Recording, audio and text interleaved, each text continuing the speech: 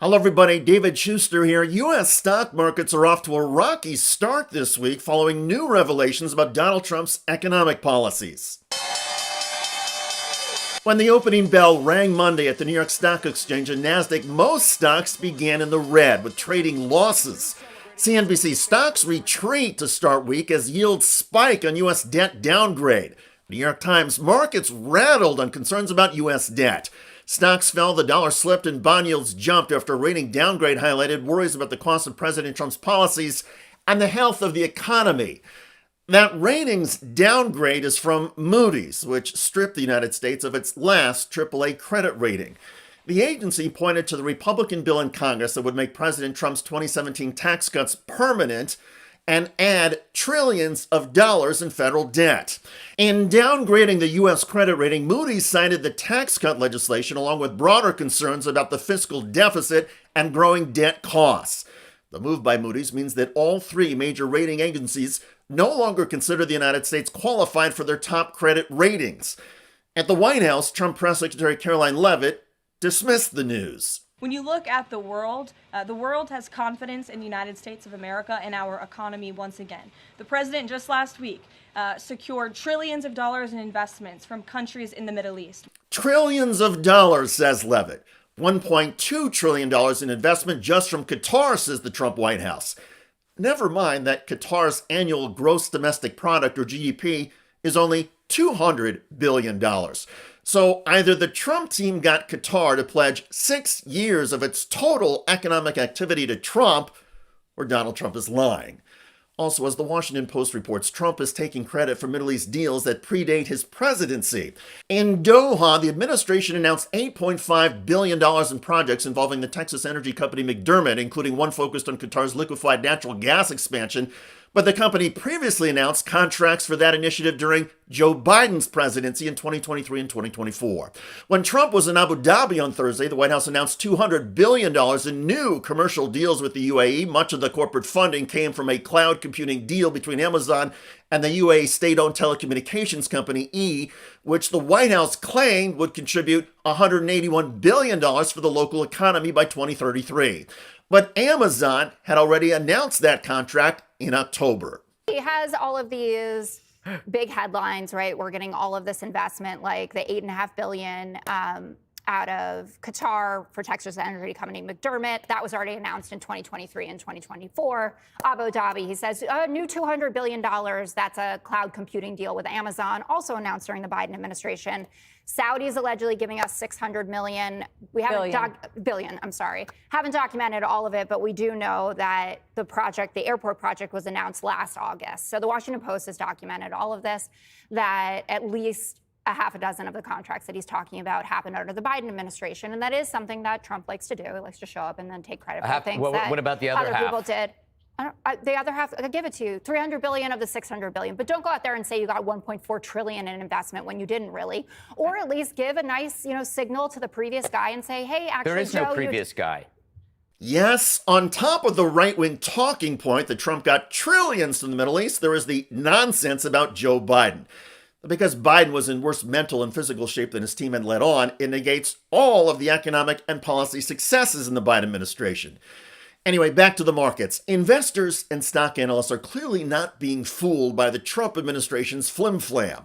The fears about Donald Trump's tax policies and the mountain of debt his team is piling up are causing real financial concerns.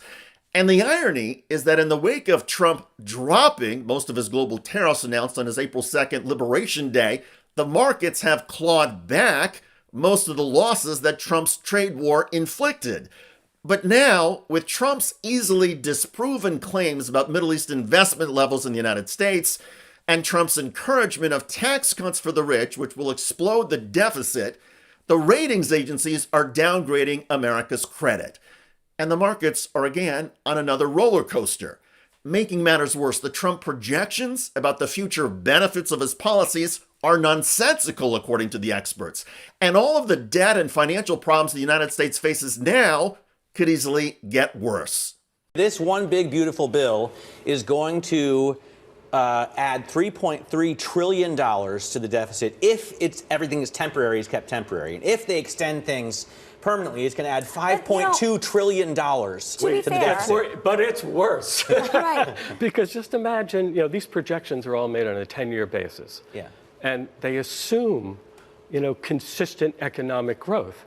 So just imagine the Trump tariffs because of the uncertainty and the variability, and is it 145% yesterday or 40% today on China? Imagine we have a recession. In the last 5 or 6 recessions, the budget deficit actually blows out because tax revenues go down and spending increases, so-called automatic stabilizers. So what today is 6.4% of GDP as a deficit, $2.4 trillion deficit, could easily expand to $4 trillion if we had a recession. So they are risking a fiscal disaster. They, the Trump team and the Republicans in Congress, are risking a fiscal disaster. And instead of talking honestly about their policies, their plans, and the tough choices, the Trump team keeps living in fantasy land.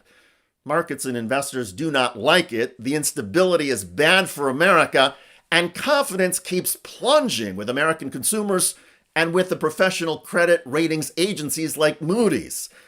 America's economy and finances are in trouble, and they are getting worse under Donald Trump, not better.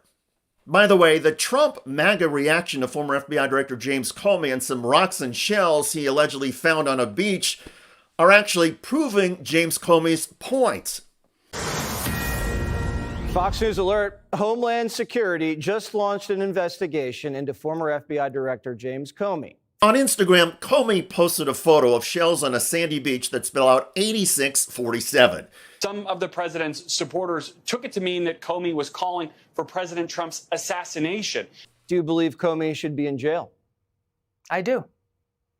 Any other person with the position of influence that he has, people who take very seriously what a guy of his stature, his experience, and what the propaganda media has built him up to be, I'm very concerned for the president's life. We've already seen assassination attempts.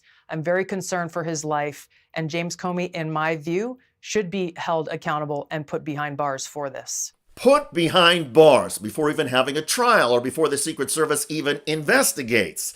Donald Trump himself has exercised his free speech rights with violent rhetoric and apparent threats against his political opponents, including Liz Cheney. Very dumb individual, very dumb. She's a radical war hawk. Let's put her with a rifle standing there with 9 barrels shooting at her, okay? Let's see how she feels about it. When the guns are trained on her face. Check out that video at the link below. It generated a lot of comments on YouTube. In the meantime, I look forward to reading your comments about Donald Trump's wild claims about his deals in the Middle East and the Moody's credit rating agency downgrading the United States under Trump.